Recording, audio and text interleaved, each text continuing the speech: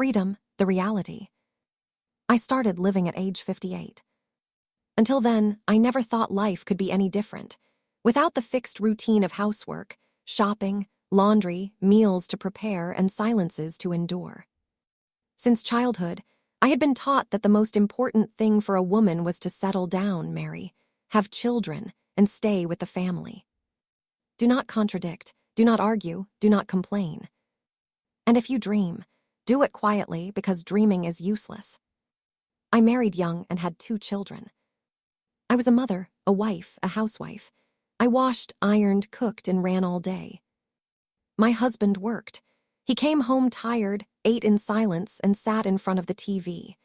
Then he began to criticize, that I was boring, that he had left me alone too long, that I had nothing left to say. He told me that with women like me, you don't live, you survive. And what did I do? I kept quiet. Because family is sacred. Because you have to be patient. Because my mother always said, be patient. You're a wife, you're a mother. And so I was patient. I waited for the day my children would be grown, independent, and then, maybe, my life could begin. Then one day, he left. No scenes, no explanations. He packed a suitcase and never came back. I was alone. And strangely, the first thing I felt wasn't pain. It was silence. A true silence, deep and unfamiliar. Yet in that silence, for the first time, I heard myself.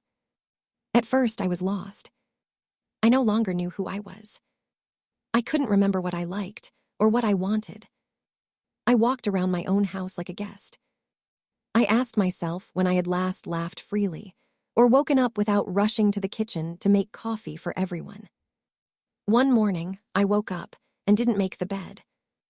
I brewed coffee just for myself and sat on the balcony. I noticed the sunlight slipping between the curtains. A tiny, simple thing, yet I watched in amazement. Because it was mine.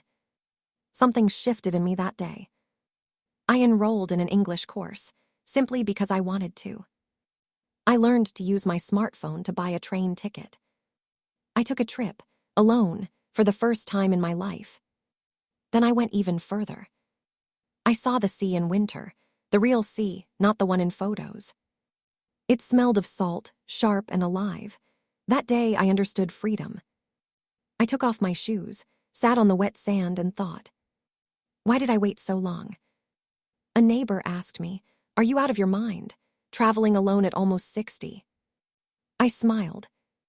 Because maybe, at last, I wasn't lost anymore. I had found myself. Now I live alone. Not because no one loves me, but because, for the first time, I love myself.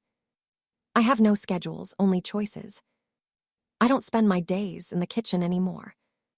Instead, I spend hours in museums, on regional trains, in bookstores, or curled beneath a blanket with a novel I left untouched for years because I never had time. Sometimes I look in the mirror. The wrinkles are still there. But my eyes are different. There's a new light in them. Because at 58, I stopped surviving. And I started to live.